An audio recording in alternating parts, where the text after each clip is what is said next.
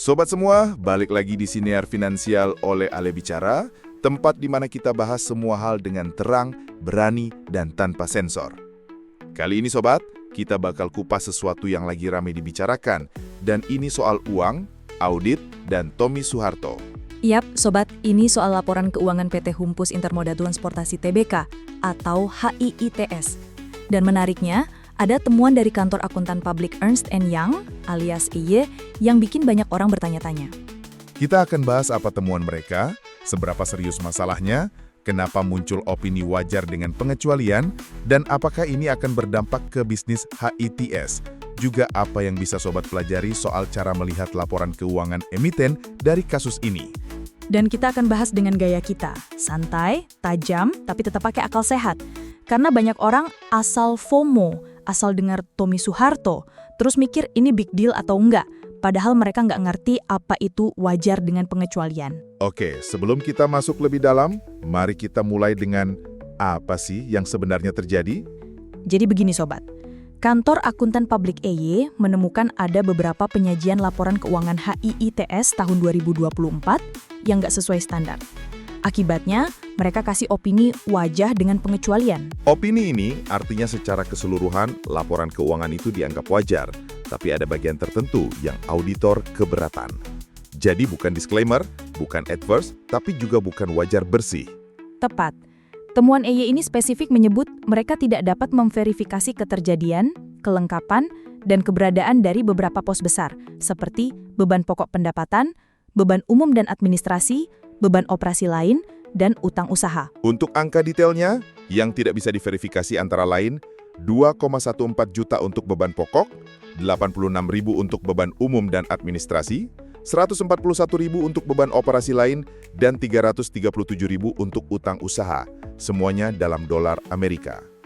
Konteksnya, beban pokok HIITS di 2024 itu sebesar 106,36 juta dolar. Jadi yang nggak terverifikasi itu sekitar 2% dari total beban pokok. Jadi secara ukuran memang nggak besar secara material. Tapi tetap saja, bagi EY, ini masalah bukti audit yang tidak memadai. Dan itu cukup untuk mereka mencantumkan pengecualian di opininya. Nah, pertanyaan besarnya sobat, kenapa EY nggak bisa memverifikasi angka-angka ini? Bukankah ini hal yang sederhana? Tinggal lihat invoice, PO, delivery order, dan bukti bayar. Ini yang menarik. Auditor butuh bukti audit yang cukup dan tepat untuk memastikan transaksi itu benar terjadi, jumlahnya tepat, dan diakui dengan benar. Bisa jadi dokumennya kurang lengkap, proses internal HIITS tidak rapi, atau pihak ketiga yang harusnya memberikan konfirmasi nggak merespons. Bisa banyak faktor.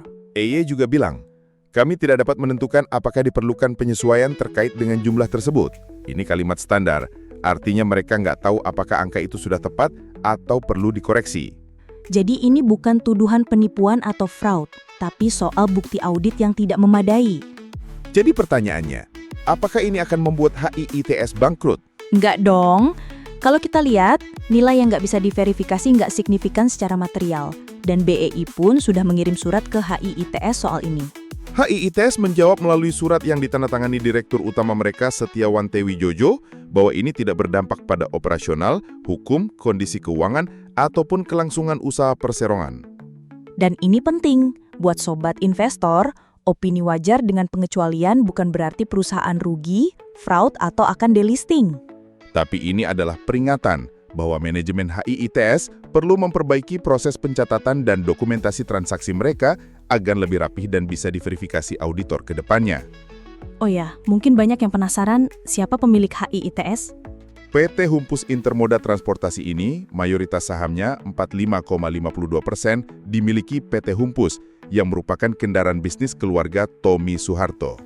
Berdasarkan data AHU, Tommy Soeharto adalah penerima manfaat akhir dari Humpus alias beneficial owner. Jadi secara tidak langsung, HIITS adalah bagian dari bisnis Tommy Soeharto. Makanya kalau ada berita soal laporan keuangan HIITS, langsung rame. Karena publik masih tertarik dengan nama Soeharto, terutama Tommy. Ayo kita bahas sedikit, kenapa sobat sebagai investor retail harus peduli dengan hal seperti ini? Jawabannya, karena ini adalah pembelajaran soal bagaimana membaca laporan keuangan dan opini auditor. Banyak orang hanya lihat laba bersih, EPS, harga saham naik turun, tapi nggak pernah baca catatan laporan keuangan dan opini auditor. Padahal opini seperti ini penting, karena meskipun angka labanya besar, tapi kalau ternyata ada catatan tidak dapat diverifikasi di pos tertentu, ini bisa jadi risiko di masa depan. Apakah risiko akan muncul? Belum tentu. Tapi kewaspadaan akan menolong kamu membuat keputusan investasi lebih bijak. Lalu, apa yang harus dilakukan HIITS? Pertama, HIITS perlu memperbaiki sistem dokumentasi transaksi mereka, memastikan semua bukti transaksi terdokumentasi rapih dan bisa diverifikasi auditor. Kedua, mereka perlu meningkatkan sistem kontrol internal supaya proses verifikasi keuangan lebih mudah dan transparan. Ketiga, untuk menjaga kepercayaan investor, HIITS harus lebih terbuka dengan publik soal langkah-langkah mereka untuk menyelesaikan catatan audit ini. Mungkin banyak yang bertanya, apakah ini akan bikin harga saham HIITS turun? Untuk jangka pendek bisa saja mempengaruhi sentimen investor, terutama mereka yang panikan saat dengar temuan auditor. Tapi kalau melihat ukuran masalahnya tidak material, bukan fraud, bukan laporan keuangan palsu, dampaknya bisa sangat terbatas, terutama jika manajemen bisa menjelaskan langkah perbaikan mereka dengan baik. Jadi sobat, jangan asal panik, tapi pahami konteks masalahnya. Mari kita tarik hikmah dari kasus ini. Pertama, penting bagi kamu sebagai investor untuk membaca laporan keuangan dan opini auditor, bukan hanya angka laba rugi. Kedua, belajar membedakan mana masalah besar yang akan berdampak ke perusahaan dan mana yang hanya masalah administratif tapi tetap perlu diperbaiki.